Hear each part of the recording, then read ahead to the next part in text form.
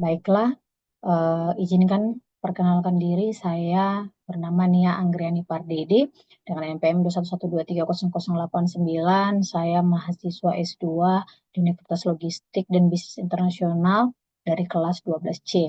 Izinkan saya menjelaskan mengenai case study dalam hal mengurai bullwhip efek pada PT Surya Elektronika Nusantara, di mana studi kasus ini ada pada industri elektronik nasional. Yang pertama, latar belakang. PT Surya Elektronika Nusantara atau PT SEN merupakan perusahaan manufaktur elektronik yang memproduksi barang elektronik seperti televisi, lemari es, dan AC. Namun beberapa tahun terakhir PT SEN menghadapi tantangan dalam menjaga stabilitas rantai pasokan. Pada awal tahun, tim pemasaran PT SEN memproduksi peningkatan permintaan akibat tren penggunaan televisi pintar. Distributor mulai meningkatkan pesanan meskipun permintaan aktual belum terlihat naik signifikan. Pabrik memproduksi barang dengan asumsi lonjakan pesanan dari distributor, mencerminkan permintaan pasar yang sebenarnya. Akibat penumpukan stok di gudang distributor juga pada kuartal ketiga, distributor mengurangi pesanan, sementara konsumen akhir justru mengalami peningkatan permintaan. Kekurangan stok di tingkat konsumen menyebabkan keluhan yang meluas di pasar dan berujung pada kerugian finansial pada PT SEN. Tantangan utama yang dihadapi tersebut adalah merupakan salah satu dari fenomena bullwhip effect, di mana fenomena ini berdampak pada kenaikan harga atau biaya, penumpukan persediaan, dan kelangkaan produk di beberapa titik rantai pasokan. Yang kedua, analisis penyebab masalah, yaitu yang pertama pada tahun 2023 PT Surya Elektronika Nusantara melaporkan peningkatan biaya logistik sebesar 20% dibandingkan tahun sebelumnya. Kemudian yang kedua, persediaan bahan baku utama seperti PCB mengalami kelebihan stok hingga 150% di gudang selama kuartal kedua. Kemudian yang ketiga, sebaliknya ada kekurangan stok barang jadi seperti televisi pintar pada kuartal ketiga yang menyebabkan hilangnya potensi pendapatan sebesar 15 miliar akibat keterlambatan pengiriman. Yang ketiga, analisis data statistik dari data tabel dan dari flow grafik terlampir bahwa disampaikan bahwa yang pertama terjadi peningkatan pesanan pada Januari dan Maret sampai dengan April, meskipun permintaan konsumen akhir tidak menunjukkan fluktuasi signifikan. Hal ini menunjukkan bahwa distributor dan pabrik mungkin berusaha untuk mensiasati potensi lonjakan permintaan yang tidak terwujud.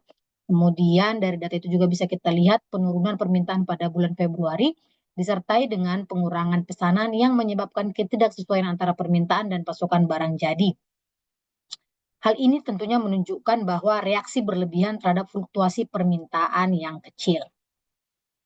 Yang keempat, dari masalah-masalah dan analisis tersebut, bahwa saya merekomendasikan strategi dan solusi yang dapat diterapkan oleh PT SEN, yaitu dengan yang pertama, melakukan kolaborasi dan transparansi data, di mana PT SEN dapat mengimplementasikan sistem kolaboratif planning, forecasting, dan replenishment untuk berbagi informasi permintaan. Sistem ini menggunakan pendekatan kolaboratif yang menggabungkan perencanaan, peramalan, dan pengisian ulang persediaan antara berbagai pihak dalam rantai pasokan, yaitu antara pemasok, distributor, dan produsen, dengan tujuan untuk melakukan efisiensi dan mengurangi masalah pada bullwhip effect.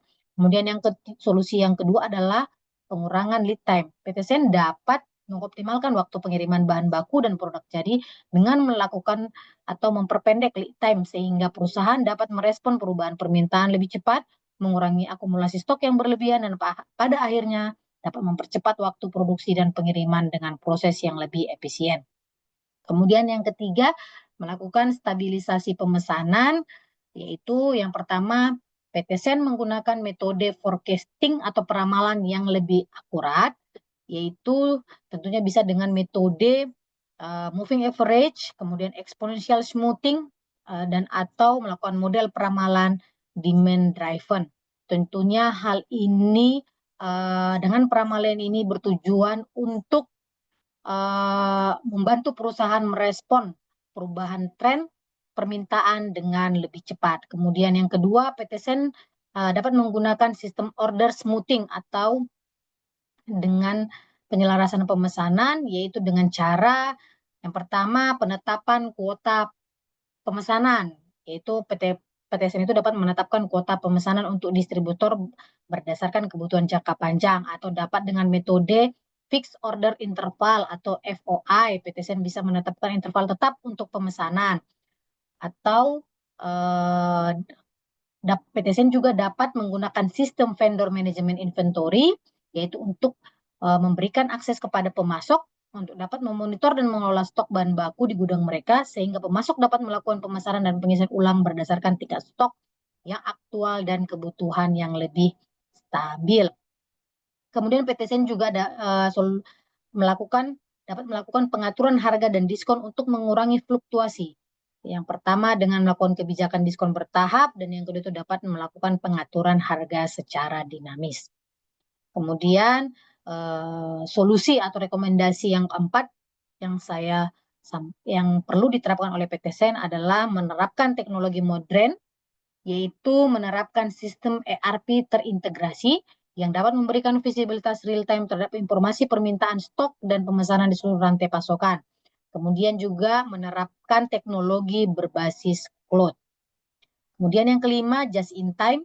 PTSN dapat mengimplementasikan pendekatan just in time yang memungkinkan pengadaan bahan baku dan produksi barang hanya sesuai dengan kebutuhan yang sebenarnya. Adapun simulasi dampak perubahan akibat dari rekomendasi yang telah diterapkan tersebut, yaitu yang pertama dapat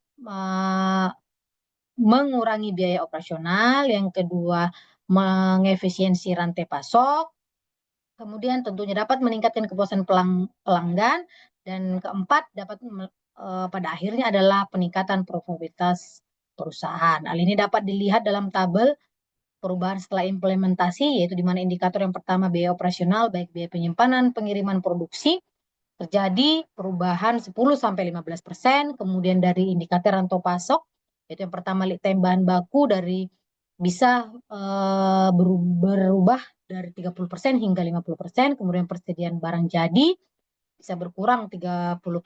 Kemudian persediaan bahan baku terjadi perubahan 30%. Kemudian dari indikator tingkat kepuasan pelanggan itu meningkat 20%. Dan dari sisi profitabilitas di PTSN akan terjadi peningkatan sebesar 15%. Kemudian tentunya PTSN perlu melakukan pemantauan secara berkala atau melakukan evaluasi dengan cara yang pertama dengan adanya KPI atau Key Performance Indicator yang untuk memantau ketepatan waktu pengiriman bahan baku, akurasi peramalan permintaan, tingkat persediaan, efisiensi biaya operasional, dan tingkat kepuasan pelanggan. Kemudian yang kedua, melakukan review rantai pasokan secara berkala yang tentunya seluruh sistem terkoordinasi dalam rantai pasokan untuk menilai apakah ada perbaikan lebih lanjut yang diperlukan. Dan yang terakhir kesimpulannya adalah dengan mengimplementasikan solusi-solusi yang telah dijelaskan, maka PTSN dapat menyelesaikan masalah tantangan fenomena Blue Effect yang terjadi. Selain itu, penerapan teknologi dan sistem perencanaan yang baik akan memperbaiki koordinasi dalam rantai pasokan yang pada akhirnya akan meningkatkan kepuasan pelanggan dan efisiensi operasional perusahaan, pada akhirnya yang pastinya akan berdampak pada peningkatan profitabilitas di PTSN. Demikian yang dapat saya jelaskan mengenai studi case di PTSN. Terima kasih.